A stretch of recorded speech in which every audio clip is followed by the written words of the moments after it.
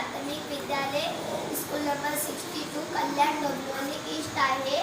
मी आता 4थीमध्ये शिकत आहे। माझ्या गोष्टीचं नाव कार्यकौशल्य। आज मी तुम्हाला चंदन काकांची गोष्ट सांगणार आहे। चंदन काका एका कंपनीमध्ये लाकूड कापायचे काम करायचे।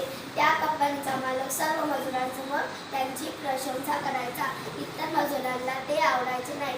एक दिवस एक मजूर मालकांना म्हणाला, आपण एक स्पर्धा घेऊ, दुसऱ्या सर्वात जास्त लाकडे कोण कापतं ते पाहू। दुसऱ्या दिवशी लाकडे कापण्याची स्पर्धा घेऊ।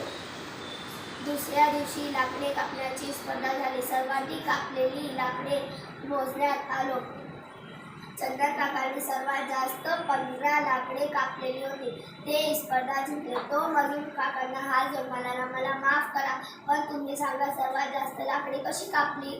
तेव्हा चंदन काका म्हणाले, ज्यावेळी मी जेवल्यानंतर अर्धा तास आराम करायला जातो तेव्हा मी माझ्या कुऱ्हाडीला धार लावतो।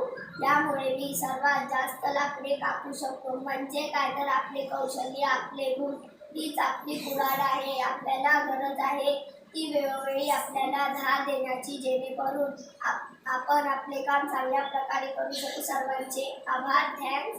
जय हिंद, जय भारत।